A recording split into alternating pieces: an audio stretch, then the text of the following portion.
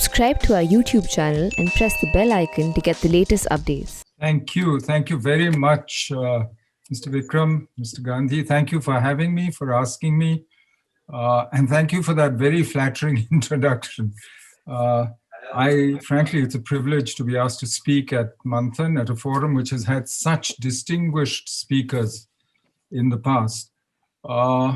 And I will speak today on India and China, past, present, and future, because frankly, I think the past affects the present, and where we go will also depend on where we are today.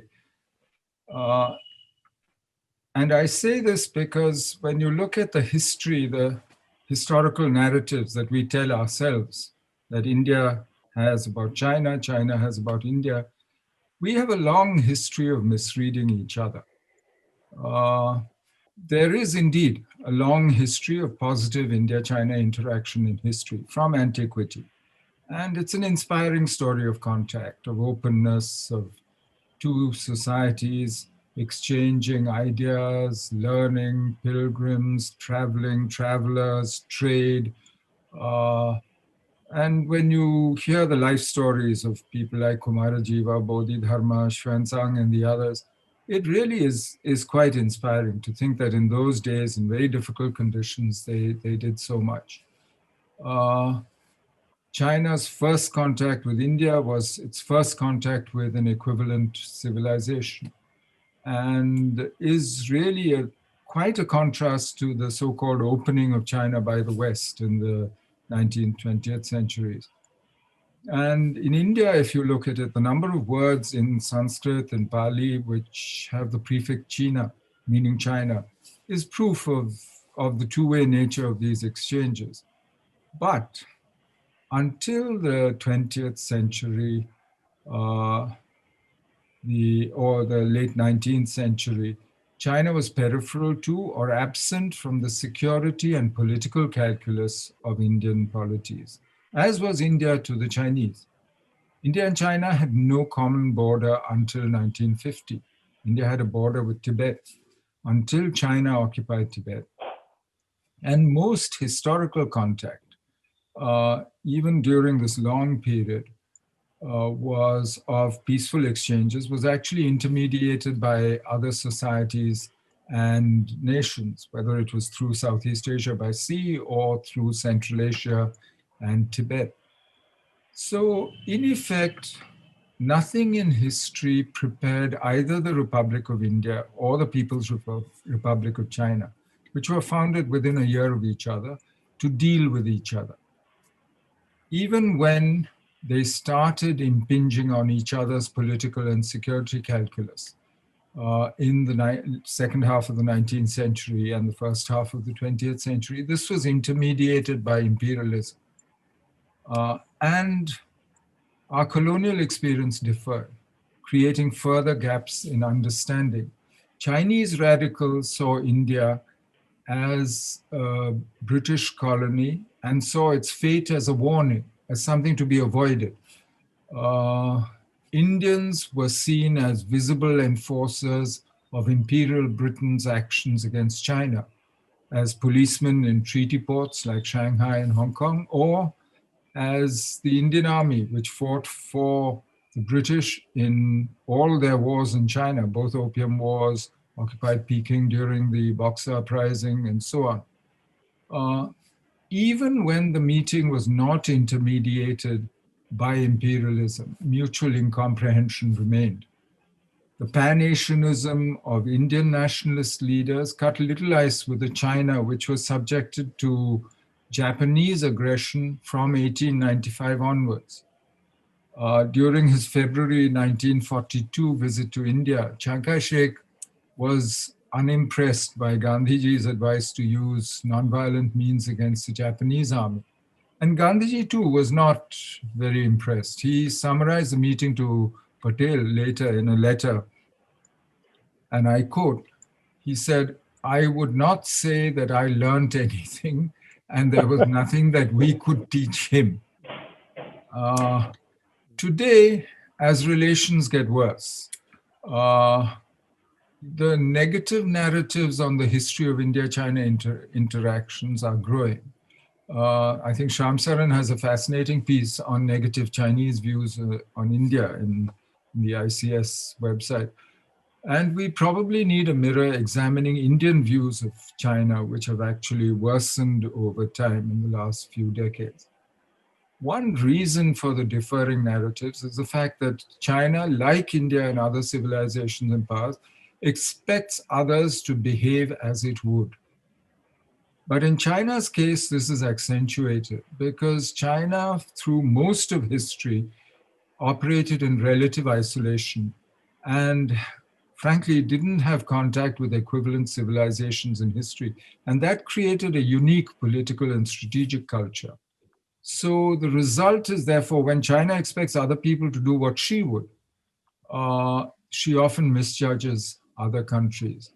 I think Luttwak had a phrase for this. He called it great power autism. And it's not confined to the Chinese. It's a lack of empathy or understanding of how others think. And the greater the power, the more likely they are to display this. But my own sense is that if you look at the reality in history, through most of history, India and China lived in separate multiverses in geopolitical terms.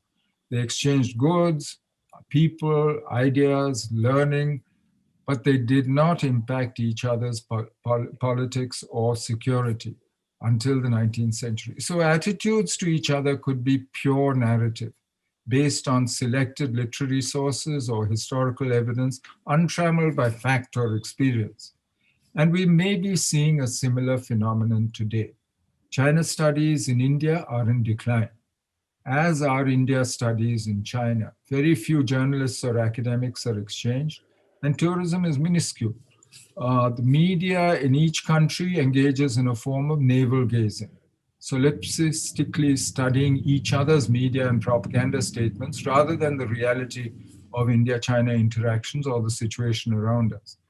So, and actually the plethora of media and information today, social media, etc., does not really improve the situation in terms of mutual understanding and popular images of the other. Because of this, the two republics, when they were formed within a few years of each other, the Republic of India and the People's Republic of China, uh, have had very mixed success in managing the relationship.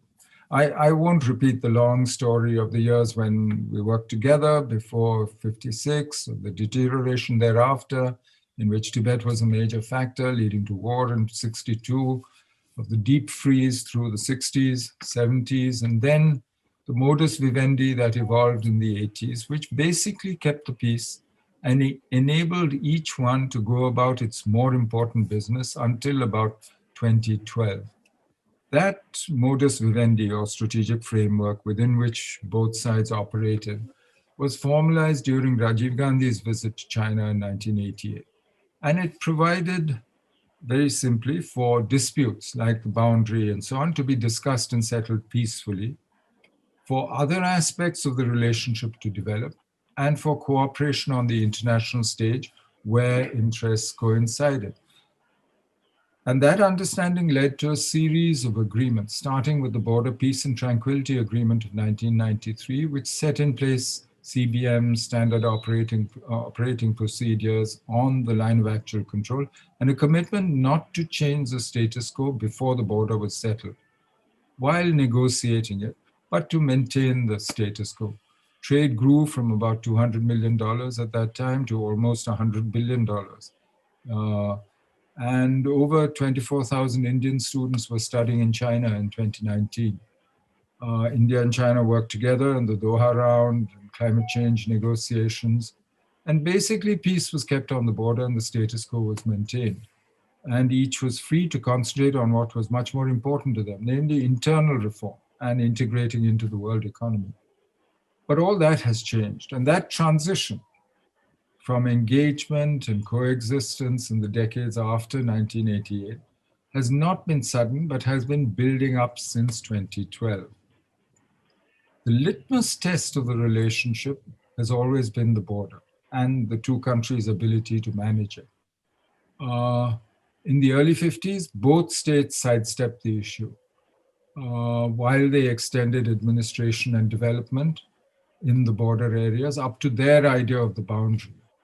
And since they had different ideas, they started rubbing up against each other. Relations began to deteriorate in the late 50s, and they came into military contact. With Tibetan revolt, China's involvement in promoting revolution in India in the early 60s, the boundary dispute ultimately led to the war. And through the 80s, 90s, and 2000s, however, India and China were able to keep that dispute put aside and to keep the peace on the border.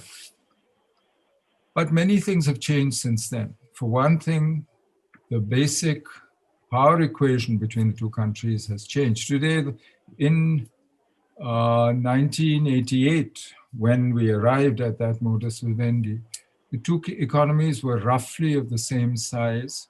India was the more integrated into the world economy than much more than China. And we were at similar technological levels. China had just begun reform, as had India. Today, after 40 years of reform and export-led growth, the Chinese economy is almost 5 times larger than India's.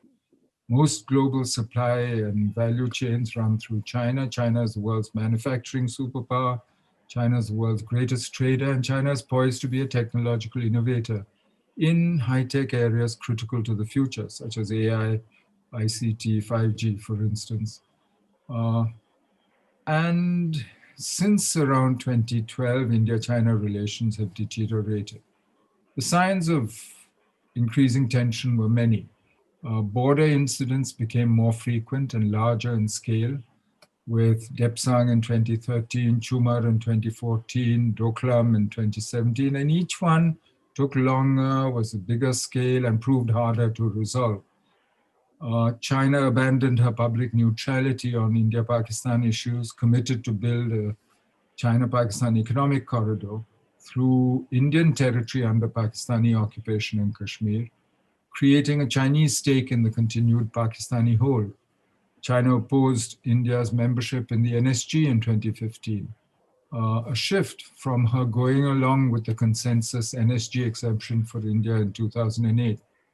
And China is increasingly involved in the politics of our neighbors in the subcontinent and in the Indian Ocean region. She now has a semi-permanent military presence in the Indian Ocean. She has a military base at Djibouti since 2016 and controls or is operating a string of ports in the Indian Ocean, which could be used for military purposes, from Gwadar to Hambantota to Kyaukphyu in Myanmar.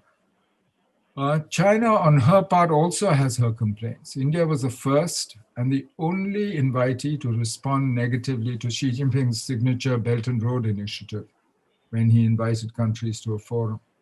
As US-China relations deteriorated in the last decade, India's ties with the US strengthened, particularly in defense.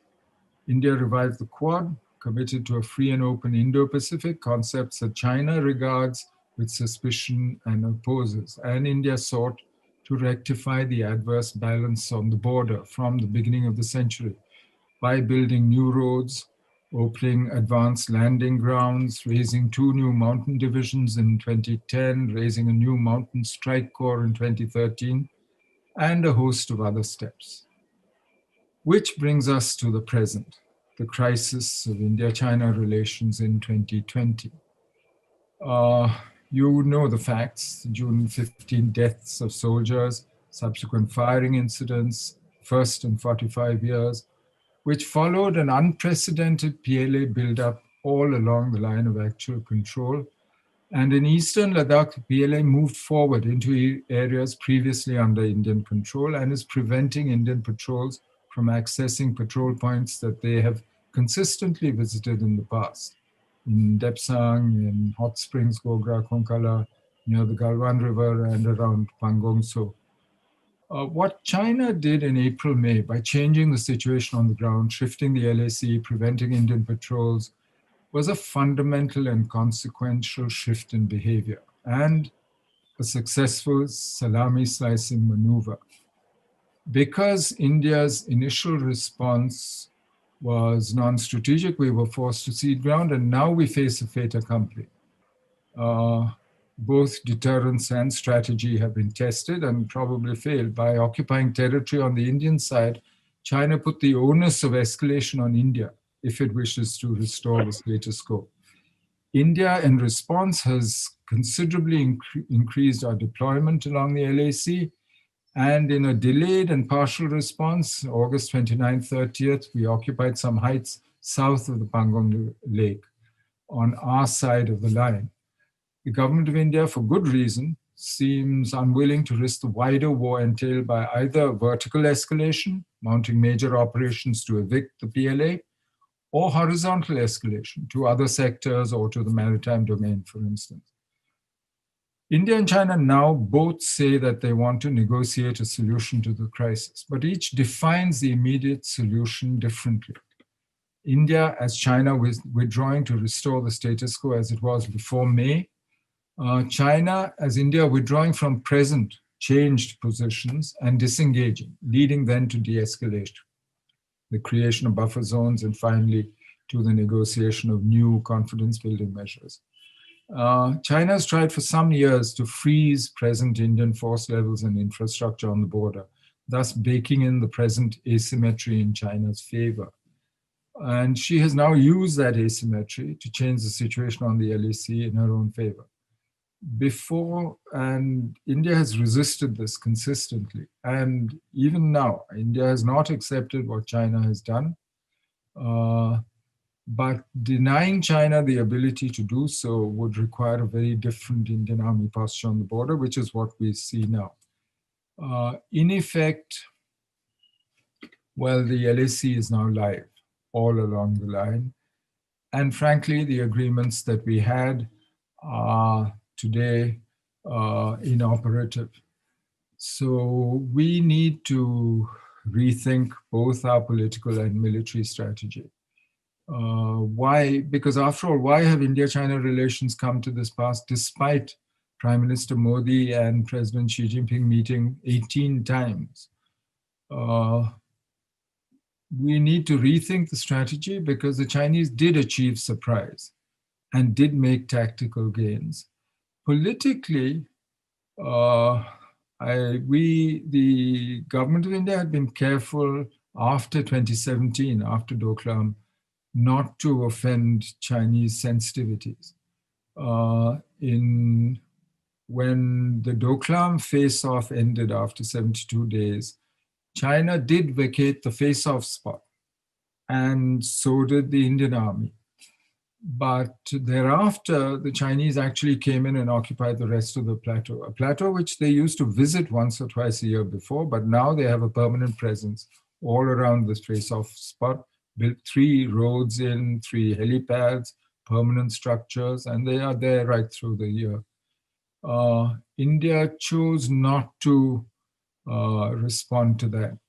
And frankly, if we acquiesce again, we would be reinforcing the lesson in Chinese minds that they could do this kind of salami slicing again and again.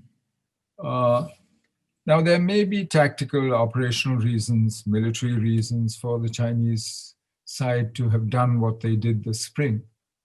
But, those don't explain why China broke bilateral treaties and agreements with India, changed the rules of engagement, and the adverse, from the Chinese point of view, political consequences that could have been anticipated. Nor do they explain the timing of Chinese actions or why China is simultaneously asserting herself across the board in Asia, whether it's in the Senkakus with Japan or Taiwan and Hong Kong and the South China Sea with Australia and so on. And her whole new wolf warrior diplomacy, where she's assertive, aggressive. We've seen examples. The Chinese embassy is busy telling Indian media what they should print or not print about China. And as a result, today, China actually is more powerful than she's ever been before, but she has less soft power influence internationally than at any time since the Cultural Revolution in the 60s and early 70s. Only 23% of Indians in July looked favorably at China, one of the lowest percentages around the world. But overall, globally, China's approval rating has dropped steadily over the last 3 years. And Chinese actions have actually brought about what China should be trying to deter or revert, namely much closer coordination between India and the US. So these have to therefore have been decisions taken at the highest level in China for larger strategic and political reasons, not just tactical military convenience.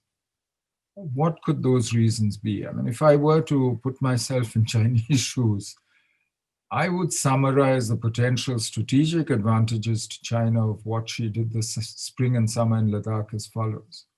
It opens the door further to Chinese penetration of the subcontinent, showing Bhutan, Nepal, others that India cannot defend itself against China and therefore is not a counterweight that they can rely on. It also, and this is, I'm saying what they might think, it puts paid to India's maritime role in the Indian Ocean and beyond. India will now have to concentrate on its defense budget and its efforts in the Indian Army on its land frontiers.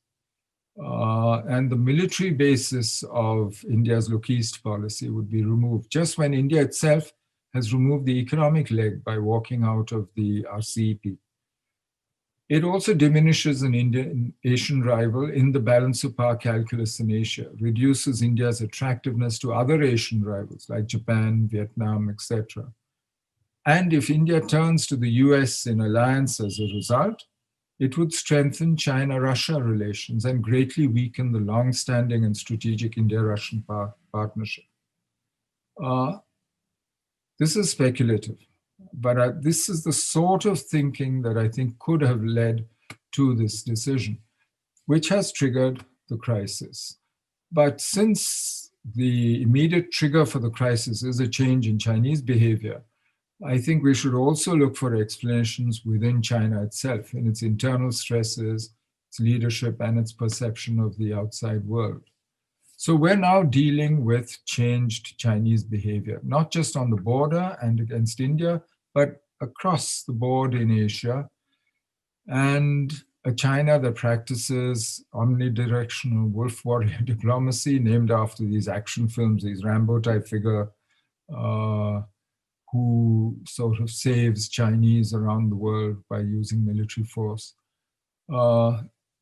China, today, actually, we have a strange phenomenon. China displays both great confidence and a sense of victimhood at the same time. China has been relatively successful in suppressing COVID and in recovering growth in her economy in the last quarter. The global pandemic, the economic crash have left China relatively better off than all the other major powers, which are internally preoccupied and diminished. But China too has suffered considerable loss of reputation and economic harm, but less perhaps than the others. But misreading the external situation, where there's really no existential threat to China, and overestimating China's ability to shape the international environment could go together with internal stresses, resulting in the kind of assertive, confrontational China that we see. So where do we go from here? What is the future? And what might India do about this? On the border itself, China seems happy with the new status quo and argues for a return to business as usual in the relationship. India cannot be. I think, as I said, it would teach the Chinese the wrong lesson. In fact, it would reinforce the wrong lesson that they've probably drawn from the last few years. And we should and probably will continue to insist on a restoration of the status quo as it was before May 2020.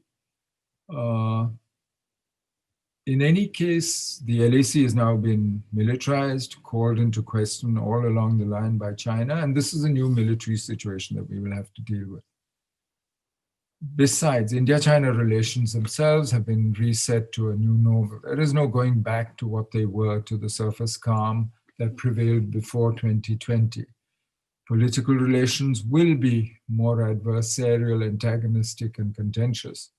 Although theoretically we could see a new modus vivendi after the crisis, as happened in 86, 88, when after the Sundarong-Chu Guangdong crisis, where we ended up in a military face-off on the LAC in the eastern sector, but that finally resulted in the Rajiv Gandhi visit of 1988 and the modus vivendi I spoke about. That is theoretically possible, but frankly, it seems unlikely. We have authoritarian strongmen in power in both countries, troops built up on the border, aroused public opinion, and our differences are out in the open. So it becomes much more difficult. China now frames the problem as a sovereignty problem. Unlike in the past, whenever we've had issues like this, face-offs, confrontation, different interpretations, the Chinese used to phrase it as a dispute. Now, a dispute by definition can be settled by negotiation, by give and take. Sovereignty is absolute. It's not something you negotiate your sovereignty. So by framing it as a sovereignty issue now, this time, they've made it clear that there's very little give and take. So I think we're in for the long haul, actually. We'll probably see continued efforts by both sides to negotiate while jostling for local advantage along the LAC, and a continued buildup of infrastructure and capabilities by both sides. In other words, sort of muddling through and attempting to avoid outright conflict, though the risks of conflict are certainly much higher than they ever have been for the last 40, 45 years. What seems likely, therefore, to me, my sort of summary is antagonistic cooperation in a fragmented world. And the crisis has also made it clear that it's difficult for India's China policy to optimize for both security and prosperity.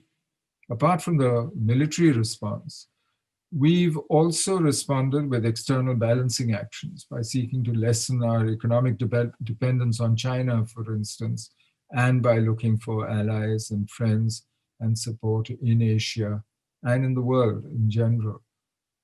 Our dependencies on China are considerable in auto parts, in pharmaceuticals, in electronics, in telecom, power, fintech, and we've tightened scrutiny of Chinese investments in India, banned, I think, 220 Chinese apps, canceled some public contracts with Chinese firms. But there are limits to this kind of decoupling. China accounted for about 12% of India's imports in 2019, when total two-way trade was $92 billion, with a surplus of $56 billion in China's favor. China was India's largest trading partner until overtaken by the US in 2019. And the Modi government, like Xi Jinping's, has adopted self-reliance as a strategy after the COVID pandemic and economic crash. But it's unclear how much autarky this will mean in practice. If you look at India-China trade figures after the crisis erupted on the border, yes, both exports and imports have fallen, but they've fallen less than overall global India's exports and imports to the world as a whole. And in the last 6 years, Chinese investment in India of about $26 billion, not all of it direct, has actually concentrated on the tech sector,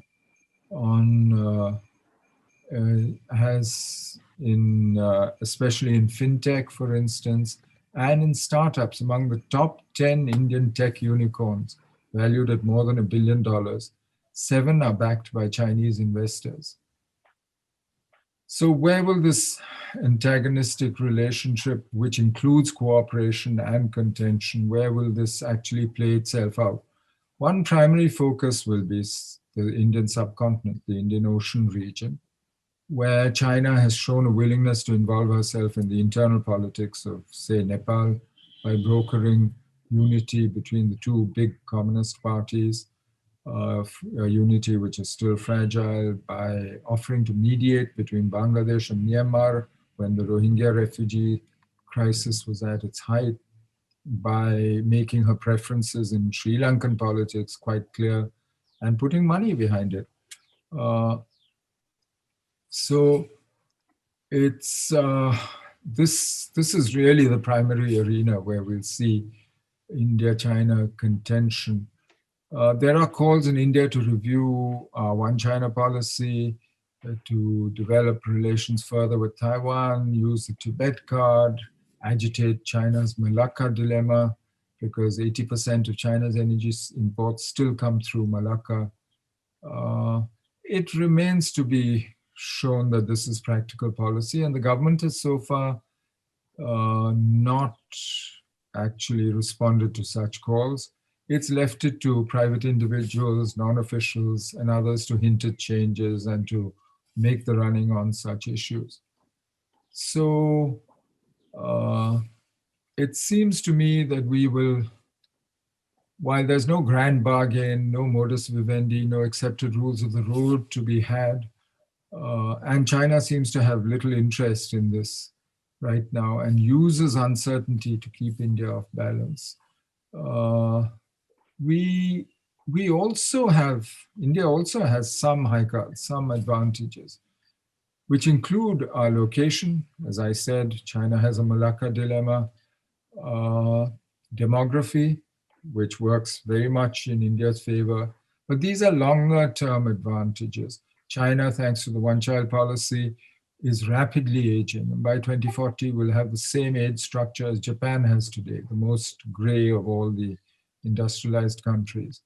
So demography actually and India's youth bulge could work in India's favor. The US and other countries have a desire to counterbalance China's rise. China has territorial disputes across the board with her neighbors, and her allies, the two at least, are weak and needy, who are more a burden than a support. And the great unknown is the future twists and turns of China's internal course. China herself recognizes that the geopolitical context in which she rose so rapidly has changed. There was a plenum of the Central Committee in November, which said that China's development environment was facing profound and complex changes, even though overall it's still a period of strategic opportunity. So what we therefore have to do in this situation, to my mind, and I'd be very interested in hearing what you have to say, is really self-strengthening and avoiding a hot or cold war or a two-front war by being prepared for it, by being capable of handling it, cooperating where possible and competing where necessary with China, and working with others to shape China's behavior. Now that the crisis has settled into a long-term problem, it's time for us to actually learn and change.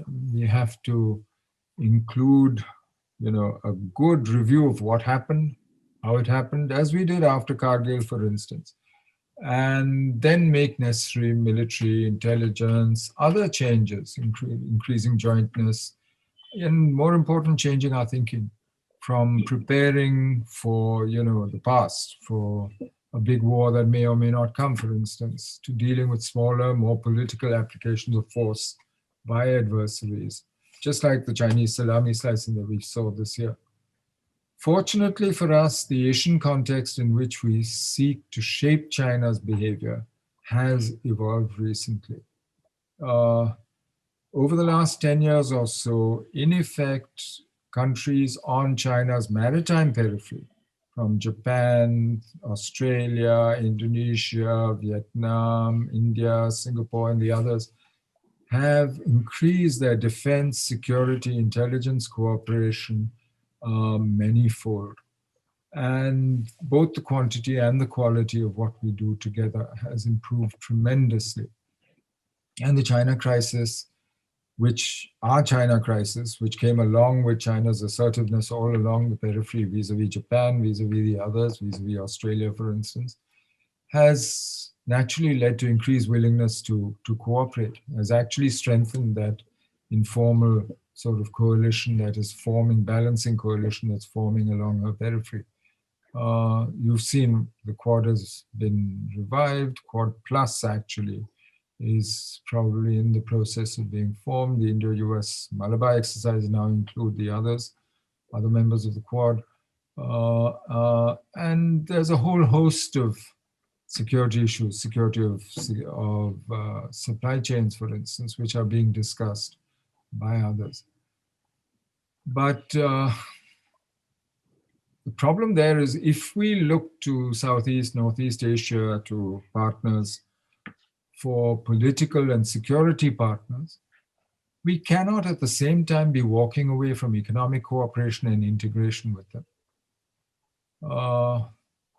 Unfortunately, this trifecta of the pandemic, of economic recession, and the crisis with China has actually driven India into itself, into stressing self-reliance, an attempt to concentrate on internal capabilities and cutting external dependencies. Now, this is good so far as it goes. No one can quarrel with self-reliance.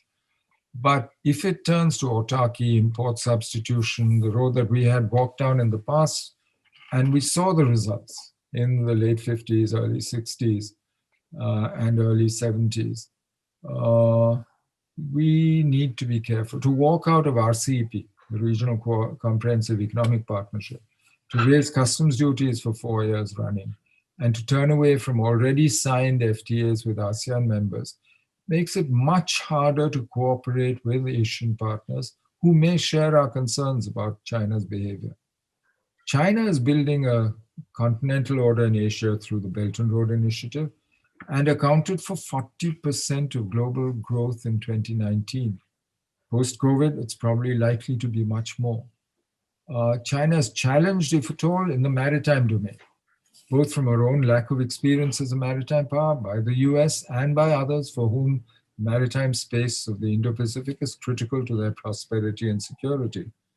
India is both a continental and a maritime power and faces China in both domains.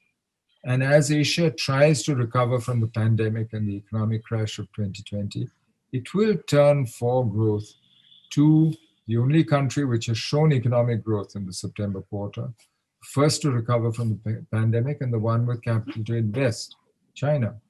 So given the fact that the economics may be pulling in one direction, but politically Asia is facing a much more ideological nationalist China and US, whose contention is structural and therefore likely to last. US pushback under Trump has not changed Chinese behavior. If anything, it is now worse. What the US election has done is to bring the US back into play, despite internal preoccupations. But so far, it's hard to say that it's changed the direction of the evolution of the international order. Given their mutual economic dependence, so unlike, say, US-Soviet ties during the Cold War,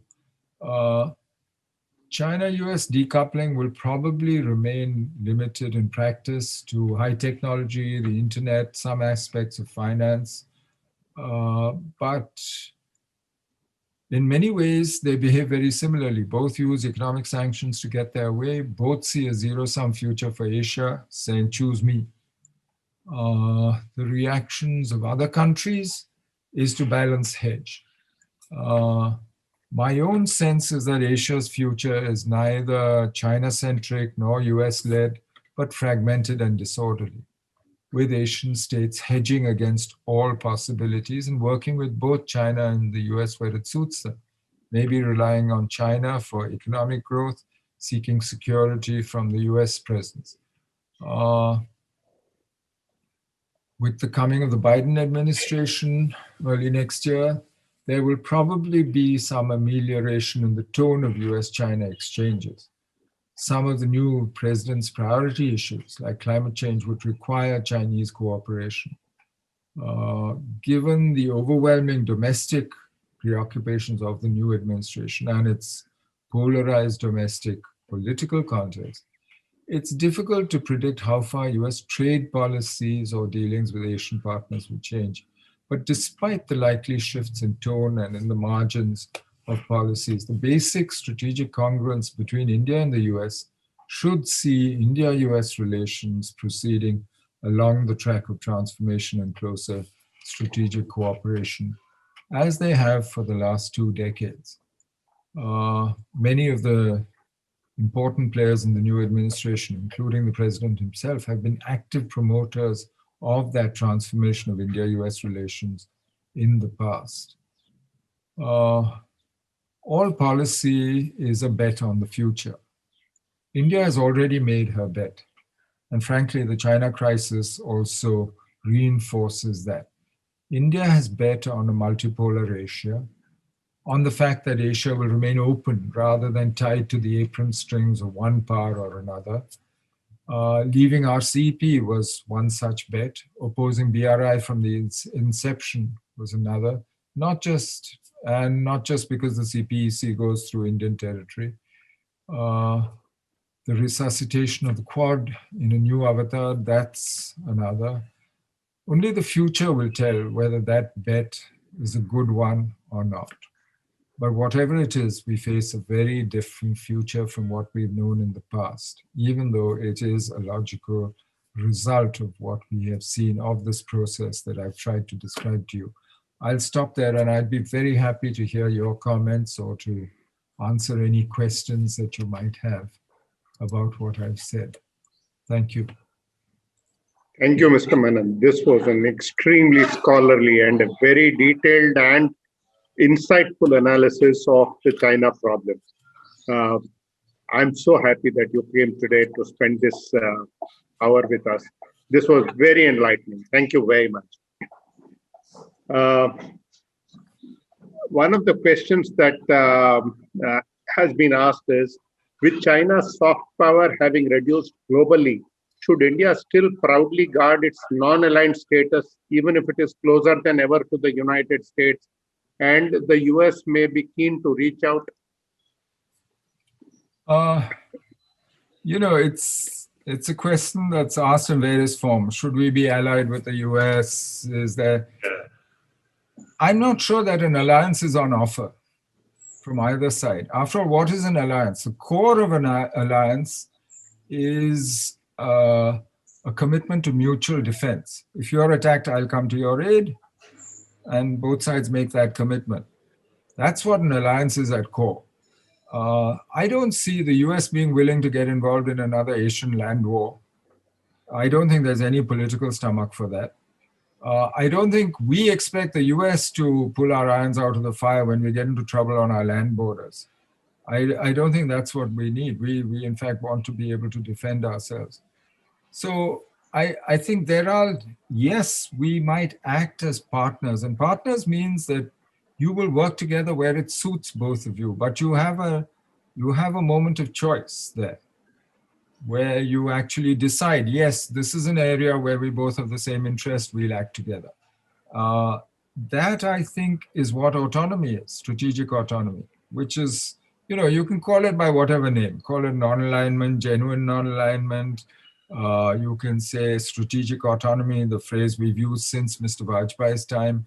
I think that's probably the best description, because so long as we keep the decision-making power in our own hands and are not automatically entangled in other people's quarrels, I think it makes sense. But equally, we cannot expect other people to be automatically entangled in our quarrels. And that, I think, is the position that we have consistently maintained.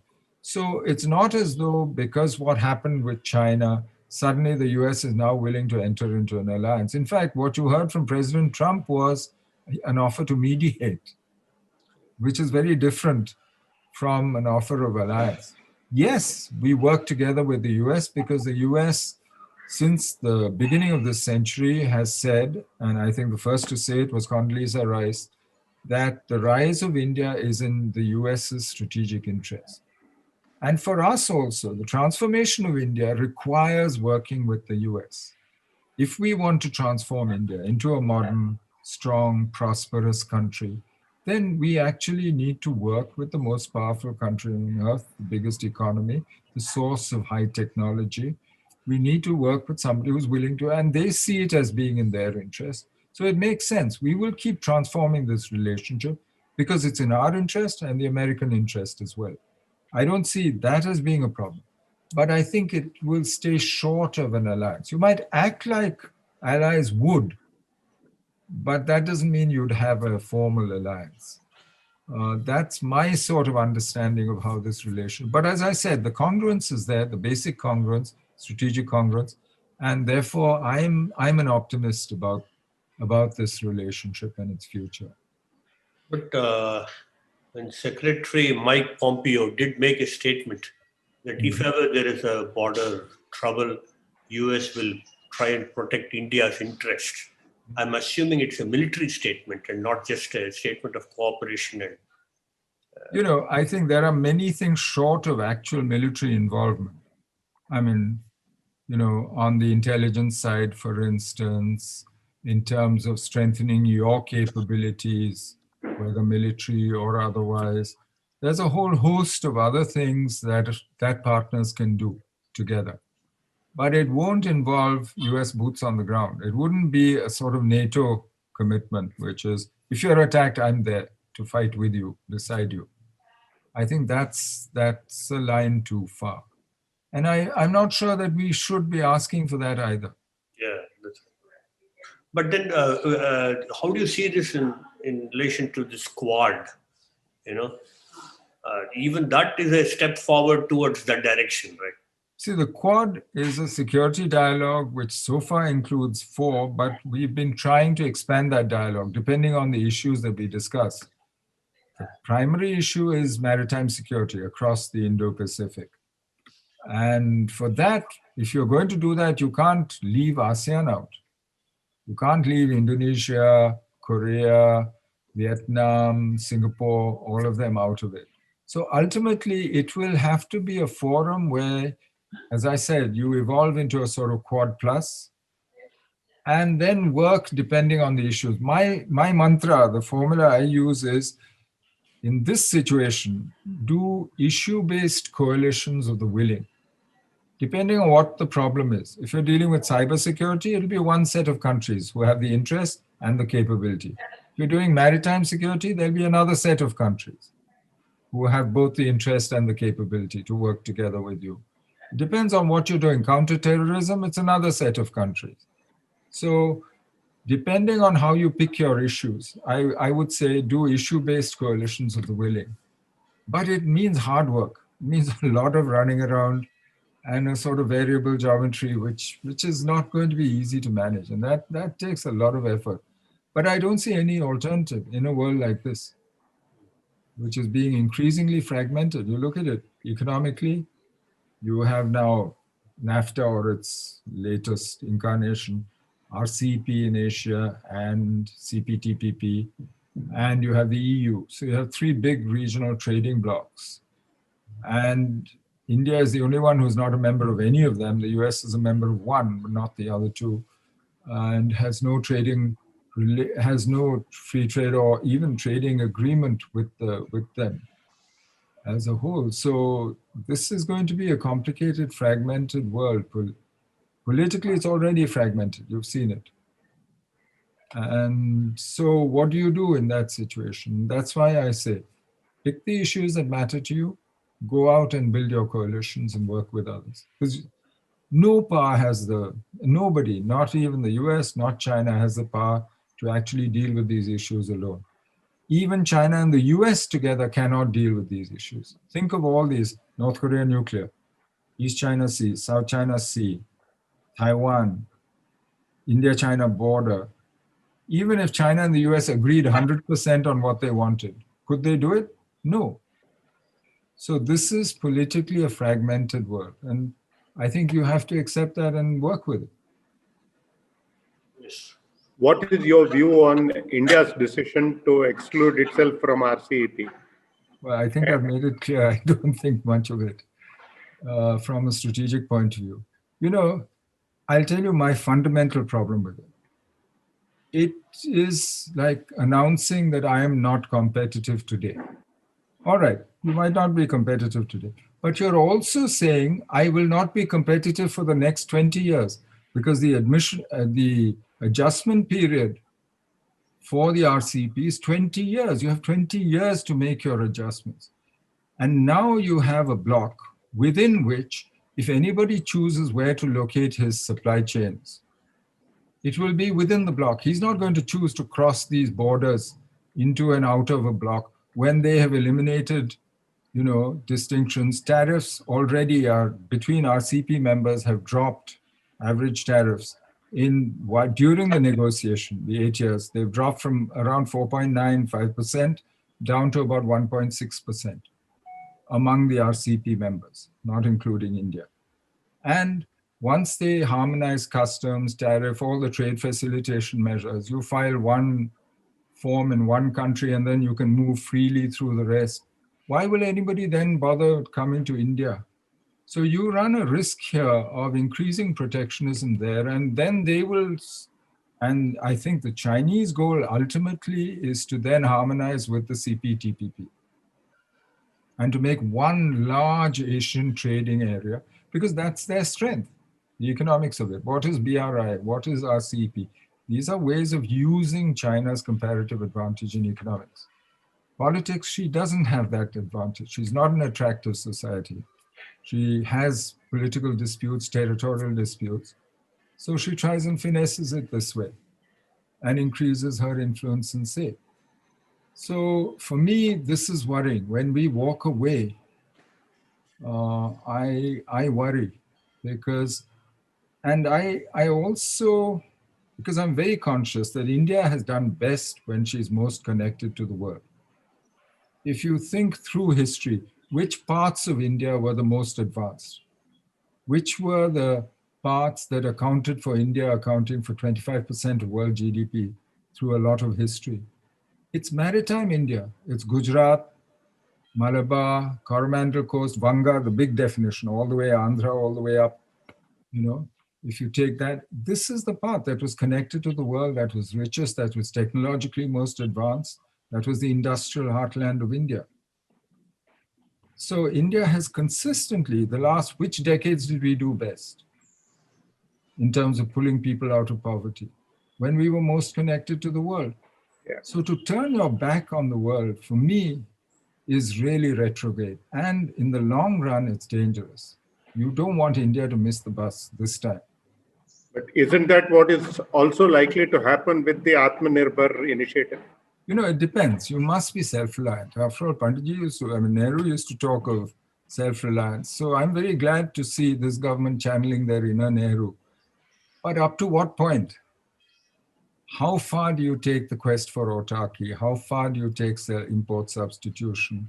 I think those are issues. None of that has been defined yet. But do you want to opt out of the world? Because if you do, then you'll be forced increasingly on yourself. And today, if you look at India's situation, 80% of India's imports are maintenance imports. We rely on the world for energy, oil.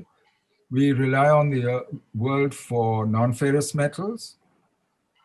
We just don't have copper, etc. We rely on the world for machine tools. We rely on the world for technology. These are things you cannot, we rely on the world for fertilizer. These are things you cannot do without. We even import moong dal, but that's optional. Now, the problem is if 80% of your imports are essential maintenance imports, how are you going to pay for it if you don't actually go out and export and become part of the rest of the world? And so I don't think we have any choice but to be connected and to be engaged with the rest of the world. So in your book, it's obvious that you have a lot of admiration for P.V. Narasimha Rao, Vajpayee, Manmohan Singh, for having provided intellectual capital in the field of foreign policy decision. Do you think that is what is missing in this government? This government has boxed itself into a corner of being a strong man, and but is not giving any intellectual insight into the long-term process. I think there's enough talent and people in India who can think these things through. I don't think that's the problem. And I think today, frankly, it is a much more difficult world. It's not so obvious what the solutions are. It's, as I said, it's a complicated world where you'll have to negotiate every issue, everything. You have to rethink your fundamentals. I think the real failure has been that the world changed, your situation changed, but you kept doing the same things and expecting the same results in a different situation. This is a variant on Einstein, definition of madness.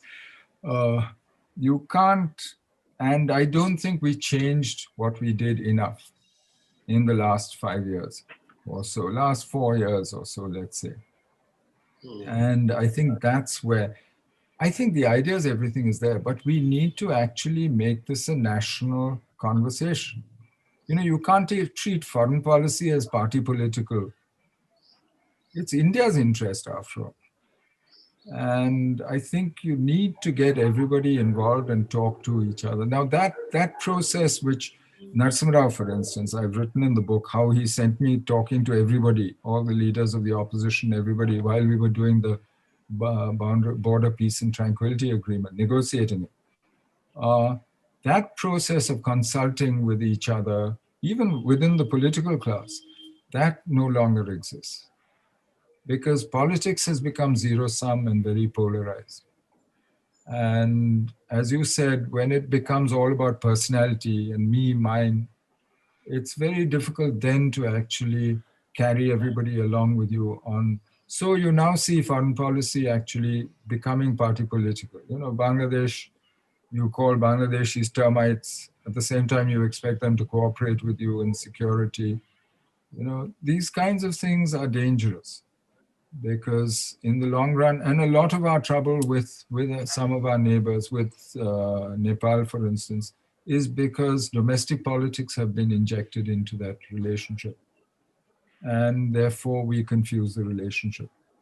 So I think ultimately, we need to go back to that. It's not that foreign policy has never been contentious. China policy has always been contentious. We used to argue in the 50s. You look at some of those parliament debates in the 50s and 60s, they're remarkable debates.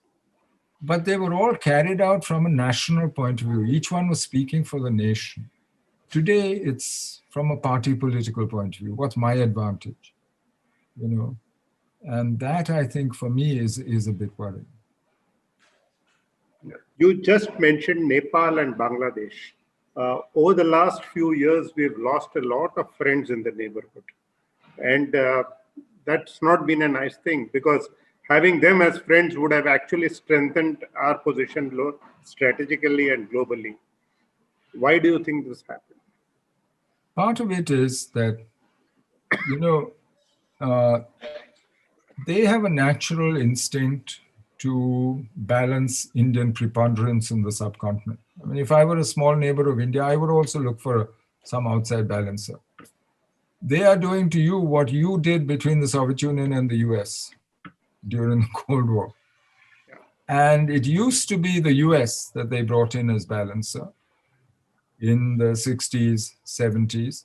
Today, they turn to China, who is willing to participate. If you look at Chinese commitments under Belt and Road to the subcontinental countries, it's over $100 billion. This is commitment. How much he actually spends, I don't know. $62 billion of that to Pakistan, almost $30 billion to Bangladesh, and the rest to Sri Lanka, Maldives, and so on. This is just Belt and Road. And if you add Myanmar, you reach at least $140 billion. That's quite a huge investment. So why would they say no? Besides, it gives them negotiating room between you and China. The worse your relations with China, the more you must expect this. Some of it is built in. Secondly, and I make this argument often, this might be a subcontinent of old nations, but they're new states. They're very new states. And they are new states. The newest is Pakistan.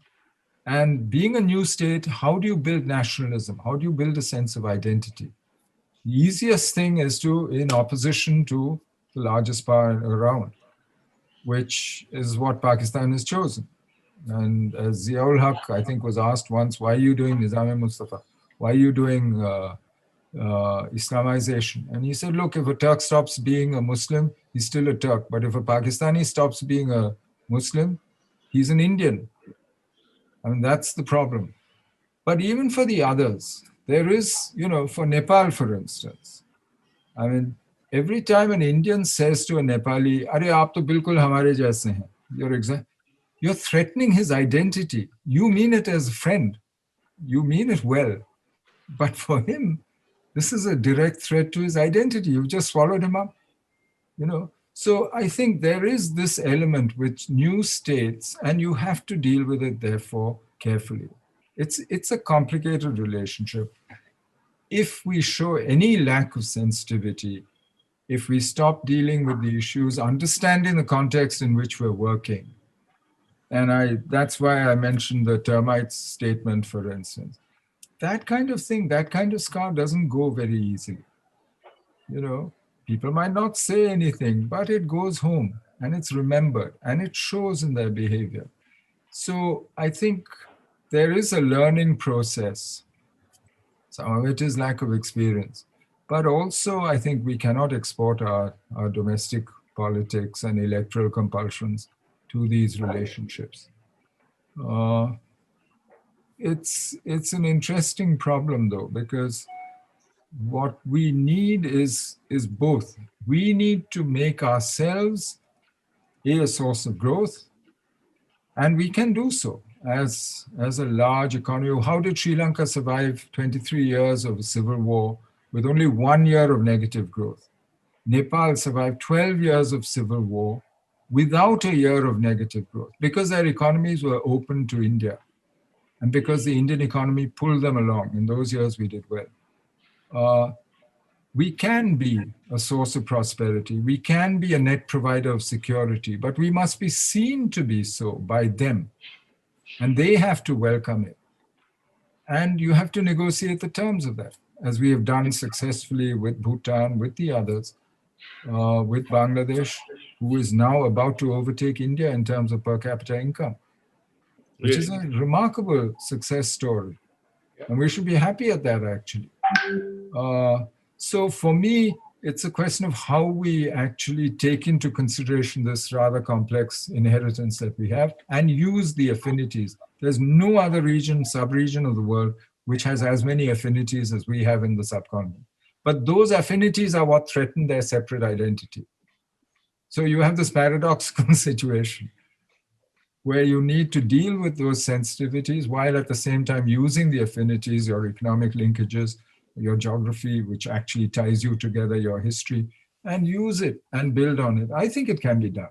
And I think we are better at it today than we were before, but I think in the last few years, we maybe had forgotten some things and we're now relearning those lessons.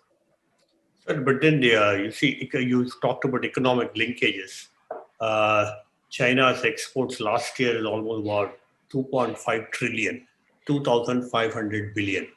Their exports, which India is about 90 billion or something you mentioned, which is less than 3% or 3.5%. So for China, India doesn't matter economically in that sense. Can I say that? I wouldn't say that for two reasons. If you look at China's project exports, India has a much higher proportion. And now that doesn't necessarily show up in the trade figures in 1 year. But if you take it over time, the reason this has grown so fast is because of China's project exports. Secondly, Chinese investment, this $26 billion that has come in the last 6 years, this is a whole new phenomenon. So now they have some stakes in the relationship, which matter. Thirdly, there are some things like iron ore, for instance, where India matters to China. But that number has shrunk over time, that number of items where you actually matter in the Chinese market. But overall, you're right. If you just take the big macro figures, we are minuscule. Whereas China, as I said, is something like 12.5% of our imports in last year.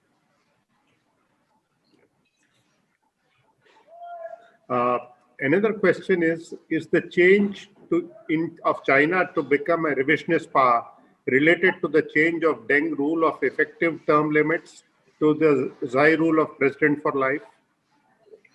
Certainly, Xi Jinping has changed China's approach and policy, and a lot of it must be ascribed personally to him. of course, the big change he did, Deng had a strategy, 24-character strategy of hide and bide. Hide your light, bide your time, don't show your strength, never take leadership, etc. And frankly, China did very well in that. Used the rest of the world economy, grew very fast, almost 10% growth for over 30 years. And Xi Jinping changed that to saying China's ready to take center stage. The trouble with once you flaunt your ambition, you can't take it back. You can't then hide and bide again. And so there's a problem here. Having flaunted his ambition, now what do? You have to be assertive about it. You can't let your own people see that you've gone back. This is part of the problem of strongman politics. You make big claims, you say, I'm the only one who can solve all these problems, and then you don't. Because the world is a complicated place. And this is where Narasimha Rao's cleverness actually showed. He never claimed he could do all these grand things, but he did huge changes without ever saying that he was doing all this, that he was the only man who could change everything. But you look at what he achieved in not just the economy and so on, but foreign policy. But Xi Jinping has this problem. Having now flaunted his ambition, having said China has arrived, having said China will be center stage in the world, and for the first time since Mao Zedong, offering China as a model of development to the rest of the world. Mao was exporting permanent revolution and offering China as a communist model. Xi is a different model, an authoritarian Leninist state combined with a capitalist economy, actually corporatist in a sense. But now having said all this, what does he do? And he faces huge pushback from the established powers, to be expected. The US, Japan, nobody wants to hand over power.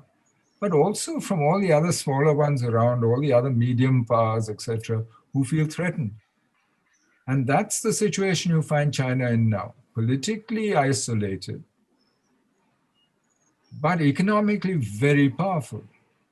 And probably even more powerful post-COVID, as her relative power grows in economic terms. But so you have this dilemma, and this is why I say the world is heading in, it's really a dysfunctional world. It's heading in different directions. If you look at the world order as a whole, my summary is, the world is economically multipolar. It is militarily still primarily unipolar because the US is the only power which can project military power across the globe anywhere. China is still a regional power in military terms.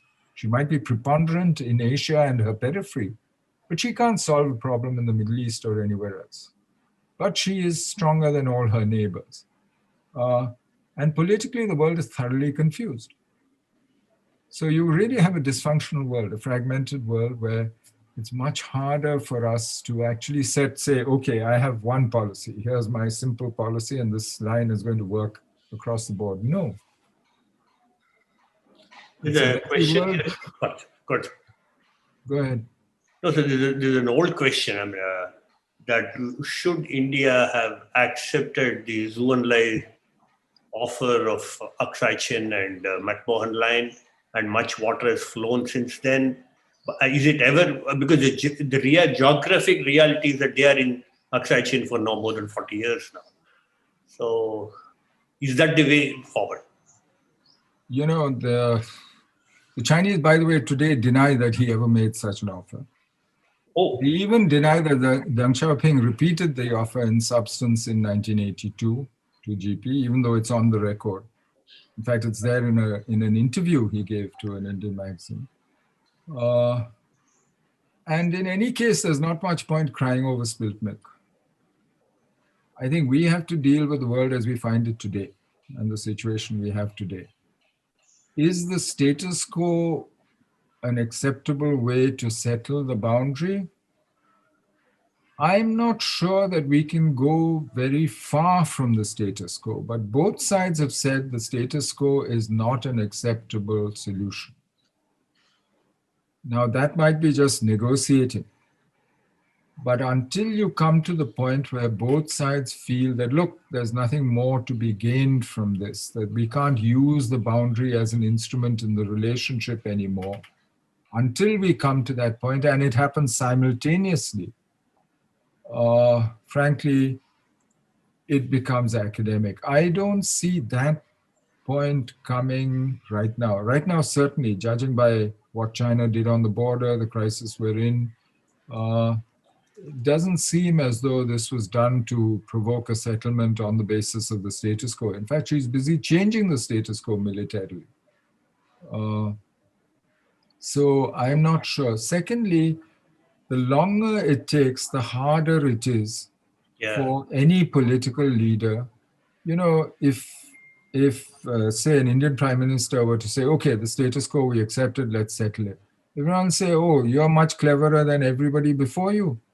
You're cleverer than Narasimha Rao, Manmohan Singh, Vajpayee, Nehru, and you think you have the solution. And the same thing will apply to a Chinese leader.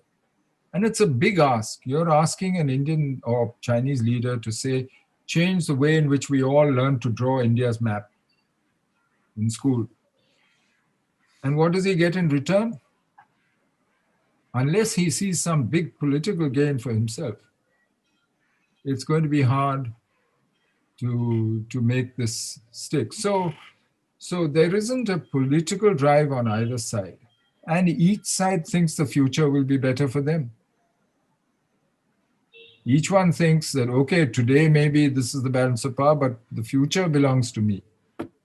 I'm going to be the fastest growing Asian economy. The future, my relative power will grow. So why should I settle it now?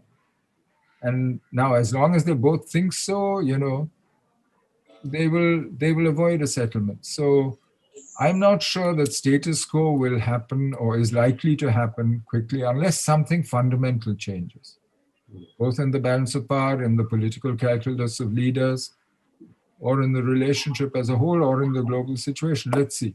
But today, no, it doesn't seem likely. I'll ask one question, which is not related to India-China, but about China. China is probably the only country in the world which follows a communist polity with a capitalist economy. Is this, I mean, how it has been able to do that is a very interesting question. But the point is this also a replicable model anywhere? You know, just to break it down, China is not communist ideologically. She's Chinese ideologically. She is not even communist in terms of state structure. She's Leninist. She's a Leninist state with a very strong nationalist ideology, using elements of capitalism in her economy, because she doesn't rely on the market entirely. So it's not pure capitalism in the traditional form. It's closer to what, say, the Zaibatsu or the chaebols in Korea, the Zaibatsu in Japan. It's closer to a corporatist model where the state and the corporations work very closely together. Something that maybe we are evolving towards. I mean, I don't know. But so when you break it down like that, you can see how that works. Now, the problem to this model comes from two places. One is it's not replicable because the nationalism, the ideology is Chinese, and it's unique to China in many ways. Secondly, that particular combination that they applied of the state and state-owned enterprises, and then allowing some private sector and the control of finance, that was possible because the Cultural Revolution and Great Leap Forward had actually wiped China clean. They had a tabula rasa. They had a clean slate to write on. And they were able to do that. All land is owned by the state. Now, these are not issues, you know, if you look at the basic factors of production, they were under the control of the state. Labor, capital, land, all of them. None of these conditions don't exist anywhere else in the world because they haven't gone through, 50 years of civil war, warlords, Cultural Revolution, Great Leap Forward, of the kind of destruction, creative in the long run, but short-term destruction that China went through the whole first half of the century. So it's not replicable. But where does it create tension is because it's been so successful, it's changed Chinese society fundamentally. And that society is much harder to control. It no longer, today, most Chinese today don't even remember what the bad old days were like. Correct. So the justification for what they are doing, for the control, for single party rule, all that is no longer evident to most of them. It's not that they want to be Western, no.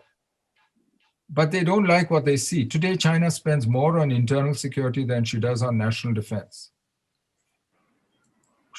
Why is she putting in place this huge surveillance system which allows a social credit system where you will get credits if you will lose credits if you jaywalk, where if you park wrong, if you do anything wrong anywhere? How can you run a social credit system unless you have 100% surveillance? And that's really intrusive. Why do you need to build a system like this? Unless you really fear internal unrest and changes. And so for me, the tension is actually internal. It's not replicable abroad, but it also creates, so this system has to evolve internally. And where it'll go, I don't know. I mean, I wish I knew, but I don't. The Chinese have, in 2013, under Xi Jinping, they did a whole list of economic reforms that they were going to do, relying on the market, domestic demand, et cetera, et cetera. Most of that has not happened. Why? Because in order to do that would cut into the power of the Communist Party. So you have a choice. Do you maintain your rule? Or do you solve the social, economic, other problems and allow an economic slowdown, which had started already, and growth is sort of reverting to mean in China? That's their problem, and that's their fundamental dilemma. What somebody called China's crisis of success. A corollary, do you think there's going to be civil unrest? It's likely. Is it likely at all? It's not civil unrest in the form in which we think of it. There's no civil war coming. There's no alternate focus of loyalty. But there will be, if it is, I think the closest thing is Congress party politics in the old days, when we were effectively a one-party state. Then all the fighting goes on within the party, right? Yeah. So you will see factions within the party with different lines. You see two-line struggle within the party, but it all happens within that big communist sort of banyan tree. But it's no longer really communist. It's just called communist. Yeah. I don't know if that's Perfect. Two last questions. One for me. Will India abandon Dalai Lama? Will India abandon Taiwan?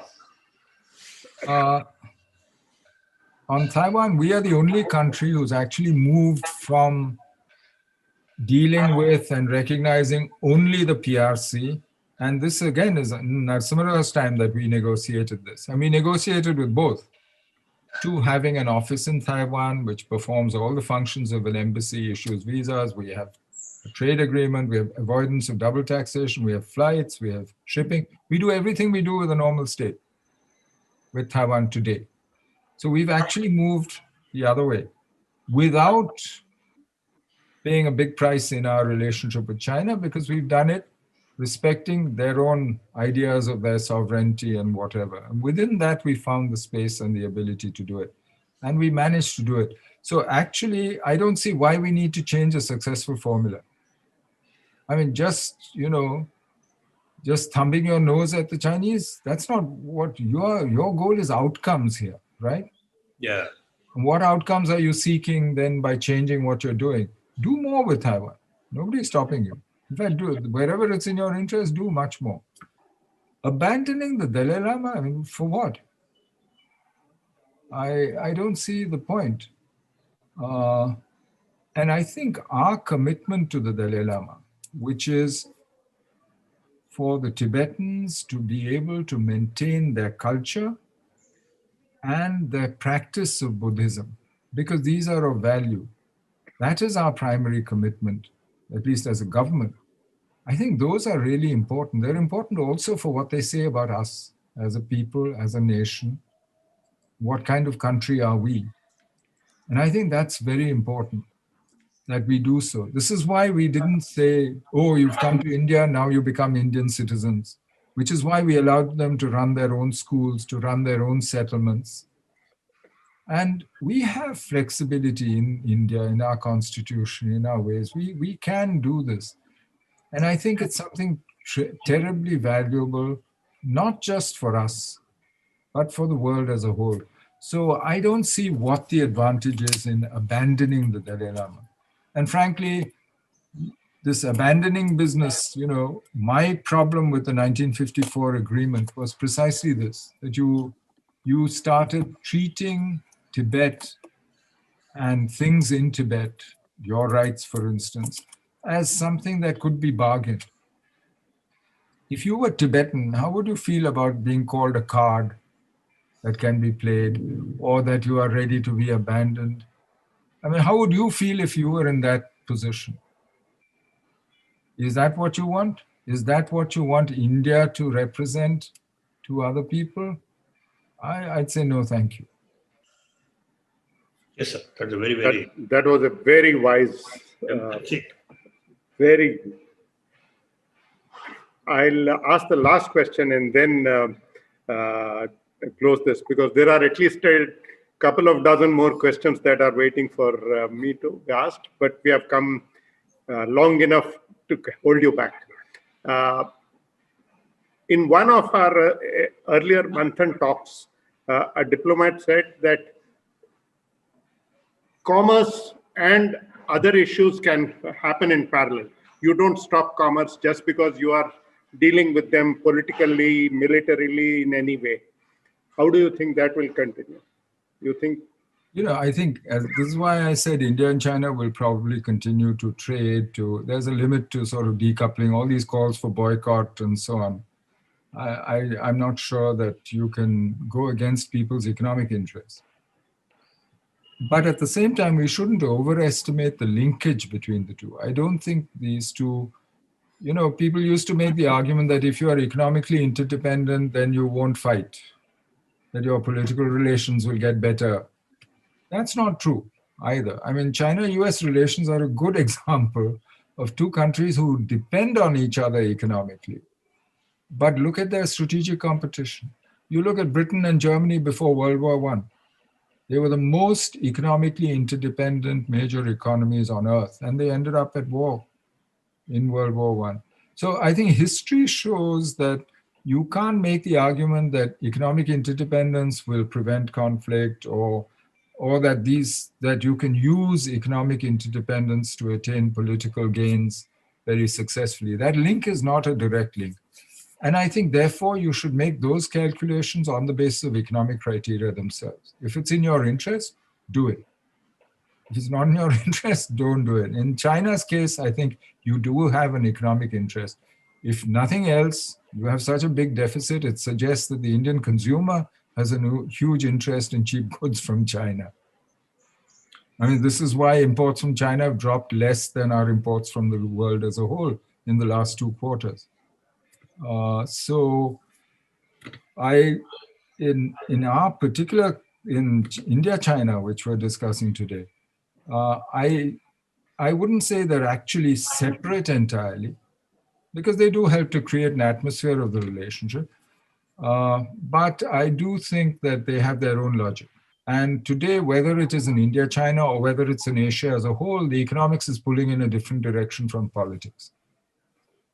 Sir, I think that I just messaged Ajay separately that this discussion should go on forever. Because what we're learning from you, what we have got from you in the last 1 hour has been, or 1.5 hours has been brilliant and really full of insight. And but unfortunately, we have to close. And thank you very much. I was enjoying every moment of it, and I leave to Ajay to close it and announce. Thank you so very much, sir. This was wonderful to have you. And your talk will be now on YouTube by the evening. I'll send you a link. And we hope to have you at Manthan when the pandemic eases and we are able to get you at physically at Manthan, I'm sure you'll enjoy it as much as we did today. Thank you so very much. Even if the India-China problem is not solved, please come to Manthan. Thank you. I would love to. I'd love to come and sit under a tree with you. Thank you. And ladies and gentlemen, thank you for being with us this morning. We have Angela Saini from London talking to us on the 5th of December in the evening on race, gender, and power. We have Mohit Satyanand on 13th talking to us on India and the Arc of Trust. We have Tarun Khanna talking to us on the 19th evening.